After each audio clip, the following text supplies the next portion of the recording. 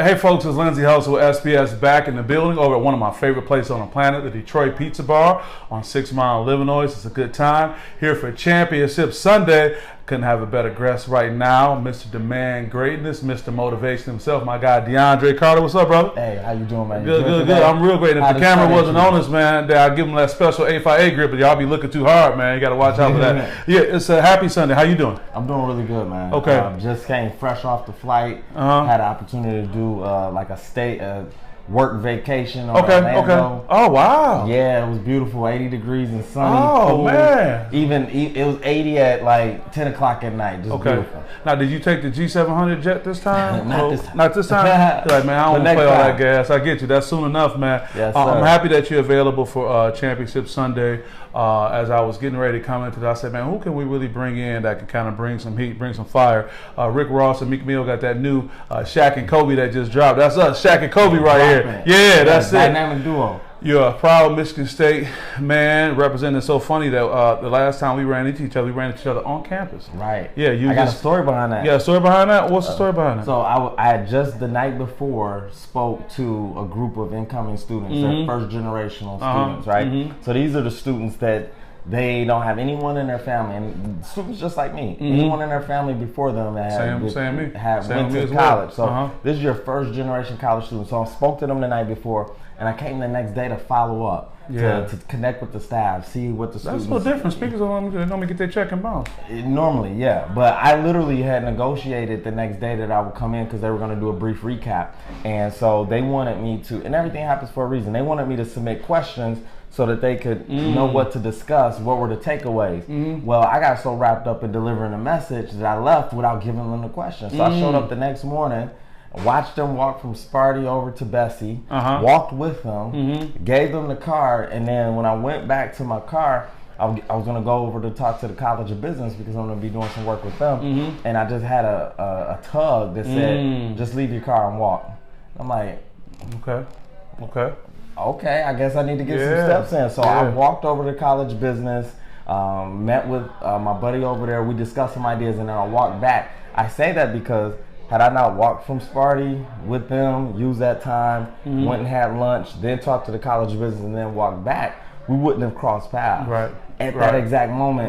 Because I had run into a guy who was a photographer for the university. Yeah, I saw you. I said, man, you got an entourage on campus and everything. So I'm admiring the bridge. He's admiring me. Admired the bridge. Said, let's take some pictures. We exchange information. So I got out of that another contact for somebody who's a professional photographer. And then boom, you popped up. And I said, this is why I was supposed to walk. Because had I driven, I wouldn't have walked by the bridge. I'd have walked to the parking structure. I'd have been at home, and I'd have missed that moment. There was a moment that was set up for me to meet that guy, and then for you to see us and everything, so that we could be here today. Everything it happened like that. And to be honest, I saw you. I was riding my bike, and I thought it was a photo shoot because the brother was sharp, had his blazer on. I said, "Oh, you doing a photo shoot?" But it was just that good. But I think that when you moving in purpose, those things happen. And for me to see you set up today, and I really have an ask of you.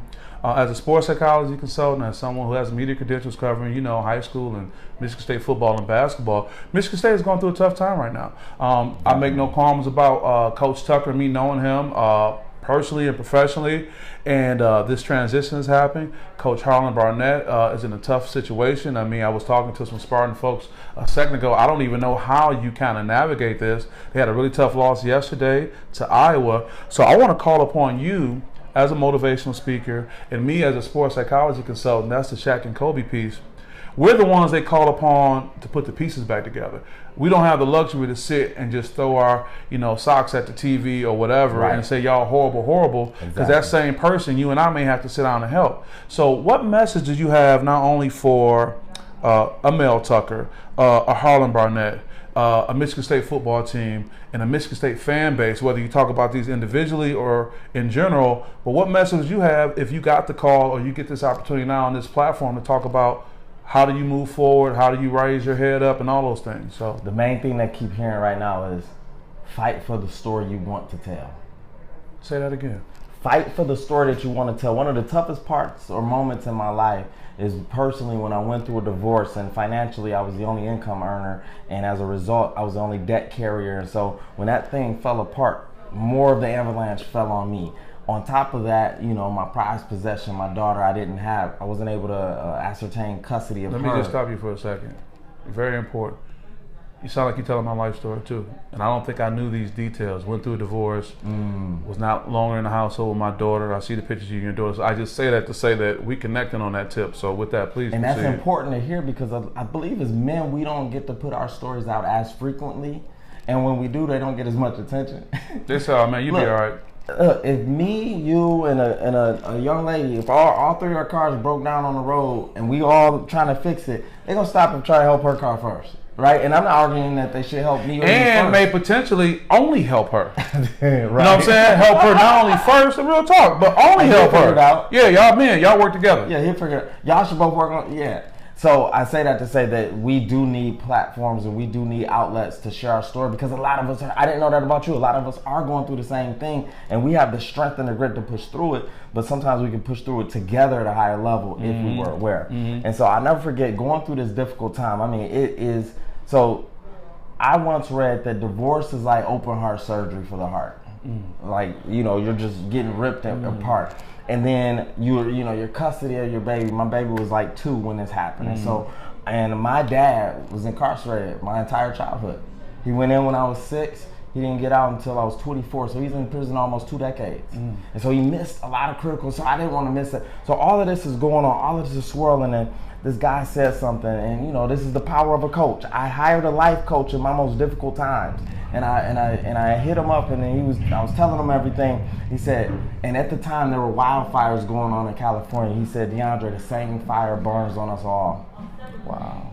But for some people, it's going to set them back for 2 weeks, for some 2 months, for some 2 years, for some 2 decades, and for some a lifetime. Wow. But the fire doesn't decide who it hurts the most. The people do.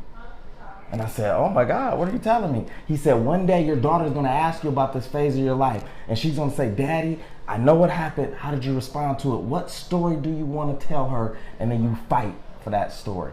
And I get chill bumps thinking about it now because that's how I live my life. And that's how there's some personal tragedy going in my family on my brother's behalf. And without going into details, I had to share with him the same thing.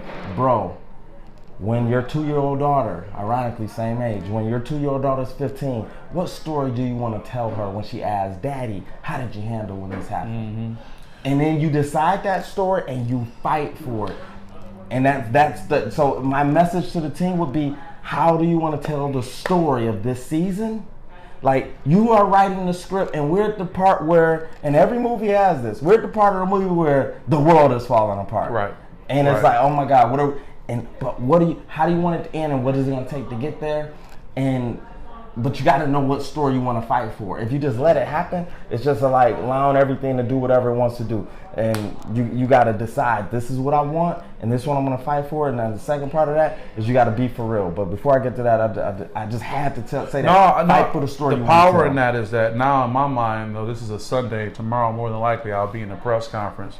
And I hear, what Coach Harlan Barnett, he shares some of the things they talk about being together, being unified, but sometimes you wonder what can really motivate them. But to be able to say you want to fight for the story you want to be told allows them to kind of stretch beyond where they are right now. And I think it's power in that. That's the key, because in the heat of the fire, you need to be able to see that there's a future beyond this. That this one thing won't end. Why don't we normally see that? Why don't we normally, when we're burning up, we just stay right there? And because this is so powerful. So I was in Orlando, and I like to go for walks because there's something about a walk or a run. I used to run track, right around. Where were you at high school? Detroit. Cody. All right, Cody Commons in the building. Sir. Got a Henry Ford Trojan and a Cody Commons. We're doing it. So I used to go running, right, and it just frees your mind, right. So I go on a walk, and I heard this message, and it was just so clear. Most people will never succeed because they have mastered nurturing a negative seed. One more time. We got a lot of. Most people will never succeed because they've mastered nurturing a negative seed. Meaning, if something happens and it's a little bit positive, we kind of take that for granted. Let's say you found $1 on the ground. Okay, whatever, right? Let's say it's $10. But lose $1. lose $10. Now it's the worst thing in the world. Now I'm probably gonna lose $100. It's spiral at that point. What happens when something negative happens in most people's life? They become a film director. They become Spielberg. They become Spike Lee. It's a whole production. They start imagining, this person gonna come do this, and then you probably thinking this, and then this is gonna happen, and the whole world gonna fall apart. And then I'm gonna die. And I literally heard somebody say today, they were watching a horror movie. Now remember, this is fiction, and some little, crazy looking creature. They said, "Man, if I saw that in real life, I'd probably have a heart attack and die." You can become a film director that quick with something negative, but with something positive, we get stuck. Where do we get that from? Are we born with that, you think, or what? Ooh, that's a really good question. I think that it's nurtured into us.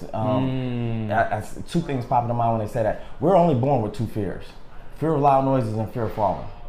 That's why you see babies doing all kinds of stuff. Like, you're not afraid. Baby, like, I don't want to fall. Google Gaga, I don't want to fall. Yep, they them loud noises because we see them jump when they hear something loud. Exactly. So but everything else is learned. And so growing up, it's called television programming.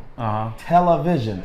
Every time you're watching the show, you're listening to somebody tell a vision of what they want you to hear. So I watch what I watch.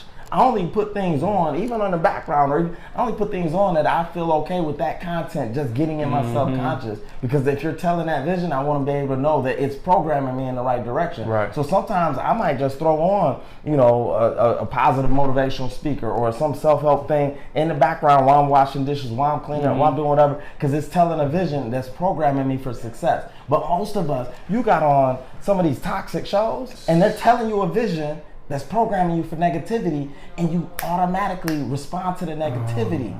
And you wonder why your experience in your relationships be a certain way. You wonder why, you got bad communication skills or whatnot. We're practicing it because we're watching it. Because watching it is like a rehearsal. It's the football game on right now. Let's see. We could say Patrick Mahomes. We could say Aaron Rodgers. A number of quarterbacks sat behind somebody else and watched them, and because they did, they got better at what they were looking at. You can get better at being negative. You can get better at being negative. And people, I'm improving in my negativity. Very good. Yeah. So your ability to nurture negative seed and grow that thing, it chokes out all your dreams. Okay, so for whatever reason, let's say my experience has been I've increased my negativity based on where I'm at. First of all, how do I recognize it? And then secondly, how do I get out of it? Ooh, recognizing it might require some help, because think about it. If you had something, let's say you had something on your neck. This is deep. Do you know you and I would never, ever in our life look at our face without the help of another device? No, there's no way you can look at your hand, you can look at your leg, you can look, but you cannot see your own face without, a lot of us can't see our flaws without the help of someone else. You have to be open for somebody to say, hey, you got something on your cheek. Because your eye literally can't see your cheek unless you get a mirror, and sometimes the mirror is somebody else giving an objective opinion. So number one, to recognize, you got to be open to feedback from somebody else. And number two, you cannot remove negativity, you can only overwhelm it. Hold on, man. I hear everything you say, but I want it to wash over me a little bit more. Say that again. You cannot remove negativity, you can only overwhelm it. So let's say somebody says something that hurt your feelings. Because I didn't, look, there's been a whole lot of times somebody said something that hurt my feelings. I grew up in the Detroit public school system. I grew up skinny, broken, black. I had the 3-part combo. I don't know what God said, give him all. Hold on. Skinny, broke, and black. And when I'm saying black, I mean like the that dark skin. That dark skin. The kind that disappear in the dark, right? Man, I'll never forget, I was in college, and we took a picture. It was a brand new apartment that my friends were at, and so the walls are white.